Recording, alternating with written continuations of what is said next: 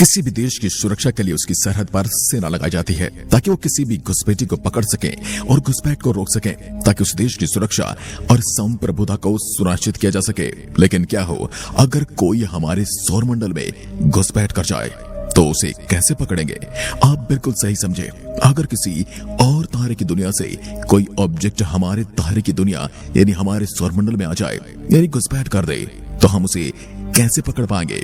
आज हम ऐसी एक घुसपैठी की बात करने वाले हैं जिसका नाम है ओमुआमुआ। क्या हमारे साइंटिस्ट ओमुआमुआ को कभी पकड़ पाएंगे? 11 जनवरी 2022 को कॉन्डल यूनिवर्सिटी की वेबसाइट पर एक आर्टिकल के पब्लिश होने के बाद सभी के दिमाग में ये सवाल घूम रहा है। अब इस मिशन का नाम है प्रोजेक्ट लायरा, जिसे साल 2028 में लॉन्च किया जाएगा और 2054 तक ये ओमुआमुआ को पकड़ने में कामयाब हो जाएगा। 2054 वही साल होगा जब ओमुआमुआ आखिरी बार सोलर सिस्टम की बाउंड्री में रहेगा। लेकिन अब सवाल ये उठता है कि आखिर वैज्ञानिक ओमुआमुआ के पीछे इतने पागल क्यों रहे हैं? तो दोस्तों, ये कहानी शुरू होती है 14 अक्टूबर 2017 को, जब पृथ्वी के 2,40,00,000 किलोमीटर दूर एक अननोन ऑब्जेक्ट गुजरता है जिसे हम ऑब्जर्व नहीं कर पाते। लेकिन इस घटना के 5 दिन बाद 19 अक्टूबर को हवाई के पैन स्टार्स टेलीस्कोप से इसे डिस्कवर कर लिया जाता है। अब इस विशालकाय टेलीस्कोप में 140 करोड़ पिक्सल वाला एक एडवांस डिजिटल कैमरा लगा हुआ है। डिस्कवरी का क्रेडिट दिया जाता है कैनेडियन एस्ट्रोनॉमर रॉबर्ट वरिक को। उस समय तक ये पृथ्वी से 3,30,00,000 किलोमीटर दूर निकल चुका था। जब इस ऑब्जेक्ट को बार बार देखा गया तो ये लाइट से ज्यादा कुछ नहीं था। पहली बार इसकी मूवमेंट को ट्रैक करके वैज्ञानिकों ने यह अनुमान लगाया कि करीब 400 मीटर लंबा है और 131 मीटर चौड़ा होना चाहिए। लेकिन आखिरकार ये ऑब्जेक्ट था क्या? वैज्ञानिकों का मानना था कि यह कोई एस्ट्रॉयड या कॉमेट है जो धरती के करीब से गुजरता रहता है। लेकिन जब पृथ्वी के टेलीस्कोप से इसे ध्यान से देखा गया था, पता चला कि न तो यह एस्ट्रॉयड था और न ही ये कोई कॉमेट था। अब इस चीज का रंग लाल था जैसे आउटर सोलर सिस्टम के ऑब्जेक्ट का होता है। इसकी रोटेशन स्पीड भी एस्ट्रॉयड की तरह ही थी। अब जिस तरह से ये मूवमेंट कर रहा था, वैज्ञानिक इसे कॉमेट्स एज्यूम करने लगे। पर जब कॉमेट्स इनर सोलर सिस्टम से होकर गुजरता है तो हमें उसके पीछे एक लंबी पूंछ देखने को मिलती है और इसका राउंड कोमा भी दिखाई देता है।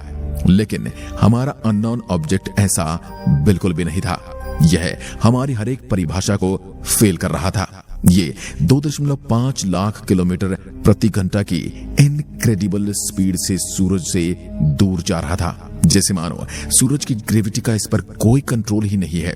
दरअसल ये ऑब्जेक्ट हमारी सोलर सिस्टम का था ही नहीं, बल्कि ये तो कहीं और से आया था। अब सोलर सिस्टम के बाहर से आए इस मेहमान का नाम रख दिया गया ओमुआमुआ, यानी दूर से आया एक मैसेंजर।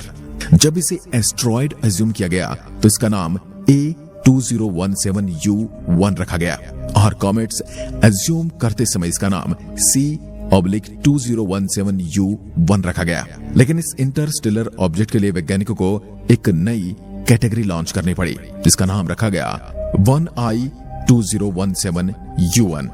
ओमुआमुआ एक इंटरस्टेलर ऑब्जेक्ट तो बन चुका था, पर इस समय तक इसको लेकर कोई खास थ्योरी नहीं दी जा रही थी। साल 2019 में जब दूसरे इंटरस्टेलर ऑब्जेक्ट 2I बोरिसो को देखा गया, तब उसकी स्पीड और ट्रेजेक्टरी ऑब्जर्व करने के बाद यह स्पष्ट हो गया कि ओमुआमुआ सिर्फ सोलर सिस्टम के बाहर का ऑब्जेक्ट नहीं है, बल्कि हमारी सोच के भी बाहर का ऑब्जेक्ट है।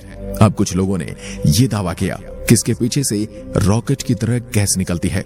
इसका शेप किसी शिगार की तरह था, जो कि नेचुरल ऑब्जेक्ट में बहुत ही रेयरली देखने को मिलता है। चलो मान लेते हैं कि ये हमारे सोलर सिस्टम के बाहर से आया था, लेकिन न तो हमारे सोलर सिस्टम में इसकी कोई हिस्ट्री है और ये कौन से सोलर सिस्टम से आया है, इस सवाल का जवाब भी किसी के पास नहीं है।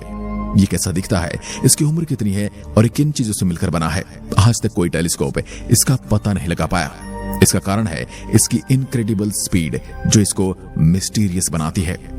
अब साल 2019 में हार्वर्ड यूनिवर्सिटी के प्रोफेसर ऑफ साइंस एवीआई लियोब ने दावा किया कि ओमुआमुआ कोई नेचुरल ऑब्जेक्ट है ही नहीं, बल्कि ये तो एक एलियन स्पेसक्राफ्ट है। शायद एक लाइट सेल स्पेसक्राफ्ट जो कि रेडिएशन प्रेशर की मदद से आगे की ओर बढ़ता है। वैसे दोस्तों, ये लाइट सेल स्पेसक्राफ्ट नहीं हो सकता, क्योंकि लाइट सेल स्पेसक्राफ्ट को सूरज से आने वाली लाइट की फोटोज से पुश मिलता है और इसके लिए इसकी विड्थ 1 मिलीमीटर से ज्यादा नहीं होने चाहिए। पर किसी एक्स्ट्रा टेरेस्ट्रियल एलियन सिविलाइजेशन के द्वारा भेजा गया कोई एडवांस स्पेसक्राफ्ट हो सकता है, जो शायद हमें इंसानों पर नजर रखने के लिए स्टेशन से भेजा गया हो, या फिर ये भी हमारे वॉयजर स्पेसक्राफ्ट की तरह हमारी एलियन सिविलाइजेशन को अपनी मौजूदगी के बारे में बताने की कोशिश हो सकती है। वैसे वॉयजर 1 और वॉयजर 2 भी आज से कई लाख साल बाद ऐसे ही सोलर सिस्टम से गुजरने वाले हैं और वहां रहने वाले एलियन को कंफ्यूज करने वाले हैं। दोस्तों, ओमुआ की मिस्ट्री का यहीं पर अंत नहीं होता। साल 2021 में 2 एस्ट्रोफिजिसिस्ट ने दावा किया कि ओमुआ कोई एलियन स्पेसक्राफ्ट नहीं है, बल्कि एक हाइड्रोजन आइसबर्ग है। दोस्तों, आपने नेबुला के बारे में सुना ही होगा, जो कि विशालकाय गैस क्लाउड होते हैं जिसमें सोलर सिस्टम का जन्म होता है। हमारा सोलर सिस्टम भी एक नेबुला से ही बना है। अर्ली सोलर सिस्टम में नेबुला की गैसेज एक जगह पर जमा होकर ऑब्जेक्ट का फॉर्मेशन किया करते थे और ये प्राइमरीली हाइड्रोजन से ही बनते हैं। अब दूर किसी नेबुला में यही खेल चल रहा होगा कि जिसे किसी अननोन इवेंट ने बिगाड़ दिया और हाइड्रोजन के उस विशाल का एक गोले के टुकड़े कर उसे दूर तक फैला दिया। ये मैं नहीं कहता, बल्कि 2 एस्ट्रोफिजिसिस्ट डैरिल सेलिगमैन और ग्रेगोरी लाफिंग कहते हैं। वैसे ही एक टुकड़ा ओमुआ भी हो सकता है। ये आइडिया भले ही आपको स्ट्रेंज लग रहा होगा, लेकिन ओमुआ की स्ट्रेंज मोमेंट और स्पीड को ये परफेक्टली डिफाइन कर सकता है। अब कुछ वैज्ञानिकों का यह भी कहना है कि नाइट्रोजन का बना हो सकता है, क्योंकि नेपच्यून और प्लूटो जैसे प्लेनेट के सरफेस भी नाइट्रोजन से बने हैं।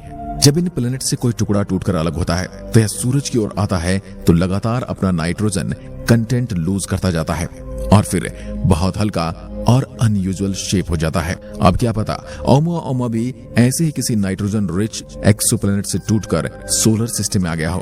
अब आपके दिमाग में सवाल आ रहा होगा कि ओमुआ आखिर है कहाँ? तो आपको ये जान लेना चाहिए कि हमसे इतनी दूर जा चुका कि इंसानों द्वारा बनाया गया कोई भी टेलीस्कोप इसे नहीं देख सकता। वैज्ञानिकों का मानना है कि अपनी एक्स्ट्रा ऑर्डिनरी स्पीड से अब तक प्लूटो के ऑर्बिट के करीब पहुंच चुका होगा। अब फिलहाल ये पेगासस कॉन्स्टेलेशन डायरेक्शन में प्रोसीड कर रहा है। एस्टिमेट लगाया जा रहा है कि साल 2054 तक ये ऑब्जेक्ट सोलर सिस्टम को पूरी तरह से छोड़ देगा। अगर हम इसकी मिस्ट्री को डिकोड करना चाहते हैं तो हमारे पास इतना ही समय है। अब यहीं पर एंट्री होती है प्रोजेक्ट लायरा की। इनिशिएटिव फॉर इंटरस्टेलर स्टडीज नाम के एक यूके बेस ने नन फॉर प्रॉफिट कंपनी ओमुआ तक स्पेसक्राफ्ट भेजना और इसी मिस्टीरियस ऑब्जेक्ट को कम से कम एक बार पास से देखने के लिए प्लानिंग कर रही है।